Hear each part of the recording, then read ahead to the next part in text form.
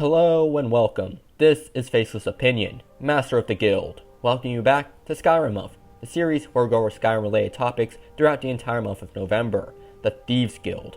I would say that this is definitely one of the better questlines in the game. I know I enjoyed it quite a bit.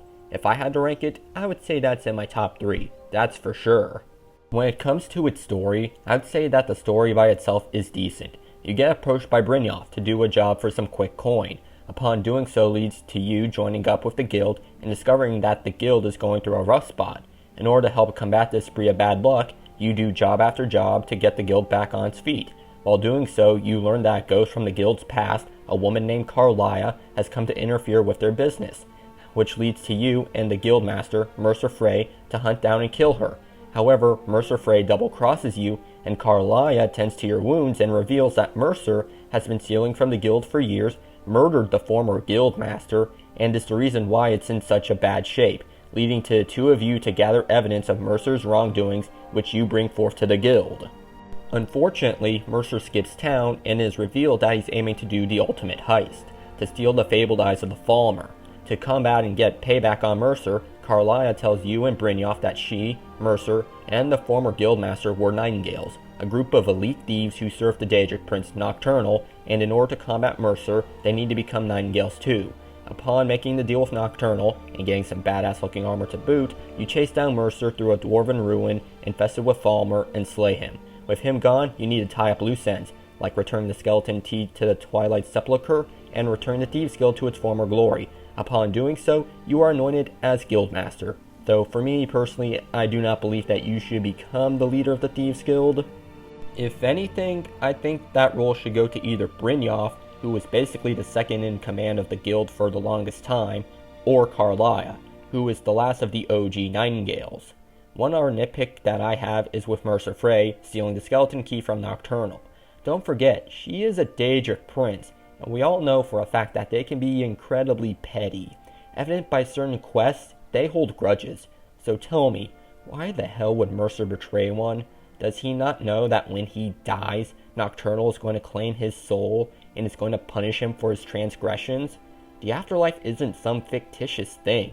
It is very much real, and Mercer is an idiot for thinking that was a good idea. While I can say the issues I have with the actual story can be minor, let's talk about the bigger gripes with the guild as a whole. Something that I would say that everyone would agree with, and that would be the process to restore the guild back to its former glory.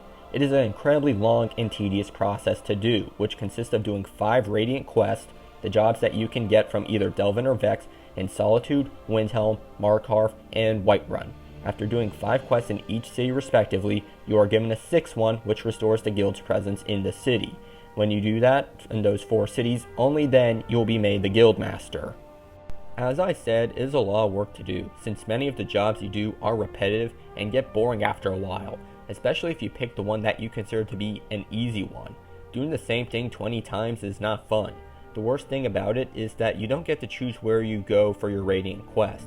It is randomly assigned, which makes things a pain if you need to go to Whiterun but keep getting sent to Solitude instead, or Riften, a place where you don't need to do anything for, or if you have the Dragonborn DLC installed, Raven Rock, which is why I would always quick save before taking my next job. So if I get sent somewhere I don't want to be, I would just reload and ask again, hoping for the place I need. Which can take a while, especially if you only have one city left. I remember having to save and load for 30 minutes till I got what I wanted. RNGesus was not with me that day. Like I said, this is a lot of work to do, so it's no surprise to me that not many people fully completed the Thieves Guild. I'm not against the idea of doing work to help the guild back on its feet, but there has to be a better way of doing it than this crap right here. Besides, it's not like the position of Guildmaster really does anything. It's just a title, a formality. It doesn't do anything for you, which makes it even more of a time waster. Now, the one thing in the Thieves Guild that annoys me greatly is how the other members of the guild are literally used for nothing. Now, I know I've said that complaint for the Companions, the College of Winterhold, and the main story, but this is worse. At least you can get members of those factions as followers. In the Thieves Guild, none of the members can be made into a follower, even if you are the Guildmaster. What the hell? Like, I can understand not having Brynjolf, Delvin, Vex, or even Carlia as followers, but the others, Viper the Fleet, Sapphire, Cenaric and Del, Nirn, Rune, Thryne, and the rest of them aren't? There's no excuse for that. Most of those characters I listed are more interesting compared to other followers you get from the different factions. I would choose any of them to be a follower than, I don't know, Torvar from the Companions or Dark Brotherhood Initiate. Besides, when you talk to them and listen to each of their stories, you kind of feel invested in them. But no, all they do is lounge around the cistern. If anything, instead of doing gradient quests to restore the guild, why not do a quest where you work alongside each of them, like doing a break-in with Sapphire or a heist with Nirn? There are many possibilities you can do with them, something that involves their previous life experience before joining the guild, like a prison break with Cenaric, or helping Rune find out where he comes from. All of these characters should have been done better and used more, but unfortunately that isn't the case. WPS, Wasted Potential Syndrome, has claimed them. What a disappointment.